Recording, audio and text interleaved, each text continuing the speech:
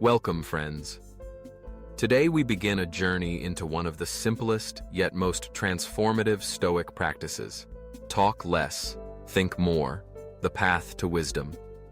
If you're new here, this channel is where ancient Stoicism meets the challenges of modern life. Subscribe if you'd like these lessons to travel with you. And for those returning, I'm glad you're here. We walk this road together. Let's begin with a question. How often have you spoken words you wish you could take back? Maybe in anger, maybe in pride, maybe in the heat of a conversation that didn't really matter. We all know that moment afterward, when silence would have served us better. The Stoics understood this deeply. To them, words were not harmless. They were forces that could build or destroy. Epictetus warned his students that every word shapes the soul of both speaker and listener. That's why restraint was seen as strength. I once worked with a man in his 60s, bright and quick-witted. He told me, "The worst mistakes of my life were never about silence.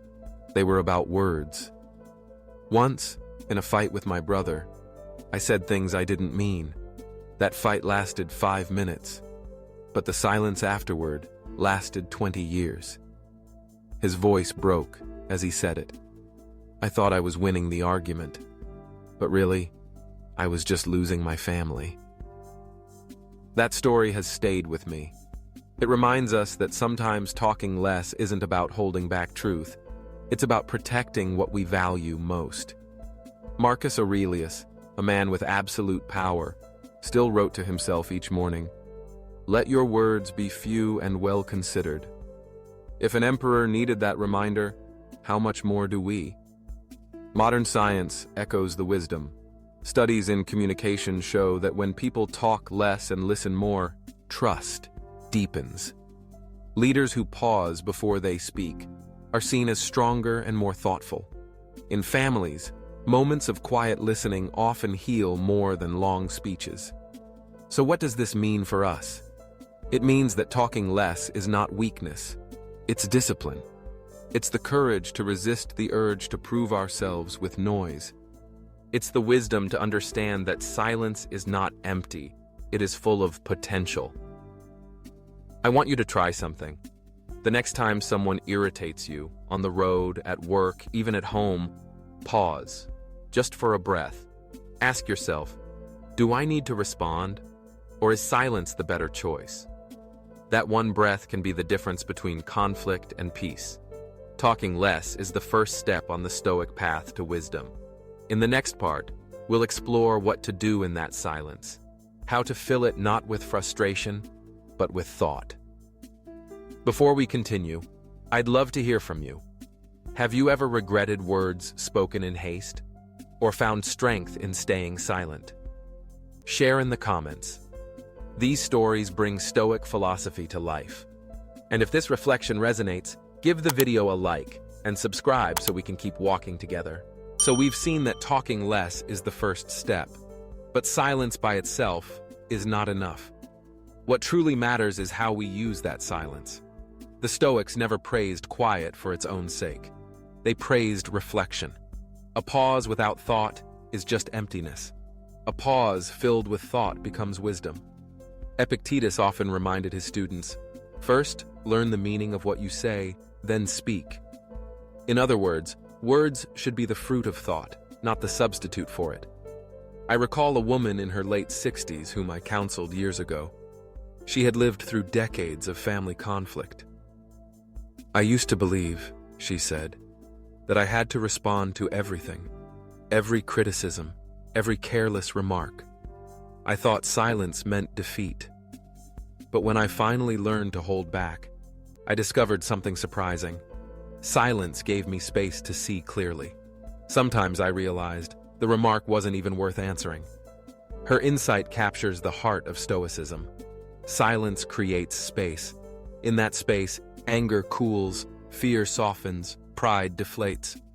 What once felt urgent now looks trivial. By thinking before speaking, we regain control over our response. Seneca put it sharply, "We are masters of our unspoken words, but slaves to those we let slip." When we hold back, we keep our freedom. When we blurt out, we become chained to the consequences of our own tongue. Modern psychology confirms what the Stoics intuited. Researchers studying emotional regulation have shown that a pause of even a few seconds before reacting can shift control from the brain's emotional centers to the higher regions responsible for judgment and empathy. In simple terms, the gap between stimulus and response is where wisdom lives. Think of how this plays out in daily life. A spouse criticizes you unfairly. Your first impulse is to fire back. But if you pause, breathe, and reflect, you may realize that their words came from exhaustion, not cruelty. A colleague challenges your idea in a meeting. The urge is to defend immediately. But if you stop, you might find a better way to explain yourself, or you may see that their point has merit.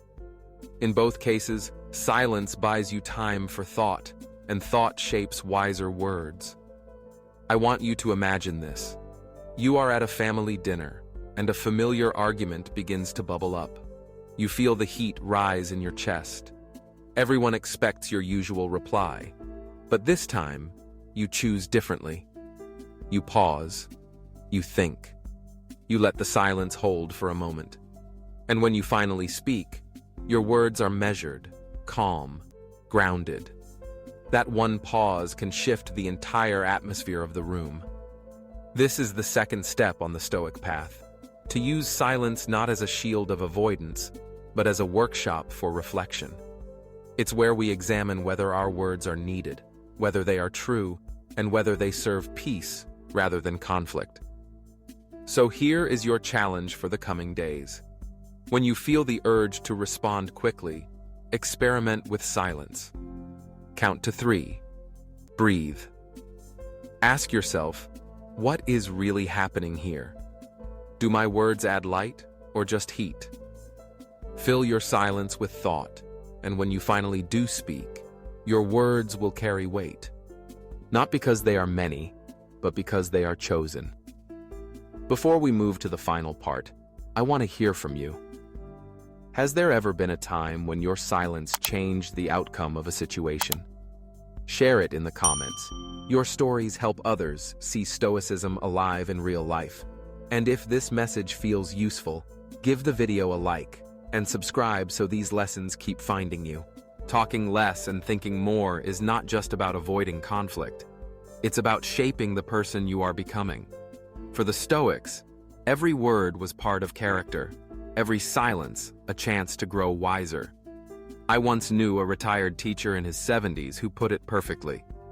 In my career, I thought wisdom meant having the right answers. Now I see it's more about asking the right questions, and sometimes saying nothing at all. His perspective captured what the Stoics had always taught. Restraint is not emptiness, it is strength. Marcus Aurelius, who could command armies with a word, often reminded himself to be slow to speak.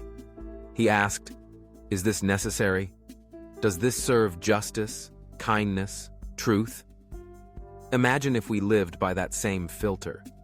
How different would our homes feel, our workplaces, even our own inner thoughts? Because here's the thing, the principle doesn't only apply to conversations with others, it applies to the dialogue inside your own mind. How many times do we talk ourselves into fear, into anger, into self-doubt? The Stoics would tell us, talk less there too. Quiet the inner chatter. Think with clarity. Direct your thoughts instead of letting them run wild.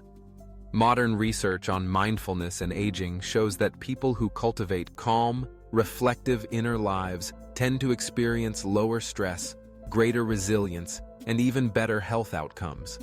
The ancients didn't need the data to see the truth. They lived it. But now science affirms what they practiced. Silence, reflection, and deliberate thought change the way we live. So, what might this look like for you? Perhaps in a conversation with your partner, where silence allows you to hear what's really being said.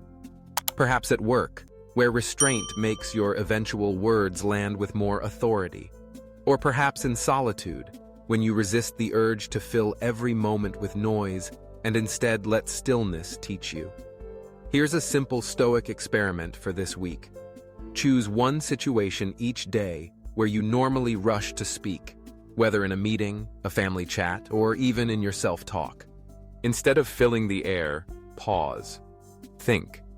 Ask, what matters here? What is worth saying? Then either speak with care or let silence do the teaching. Over time, you may notice something powerful.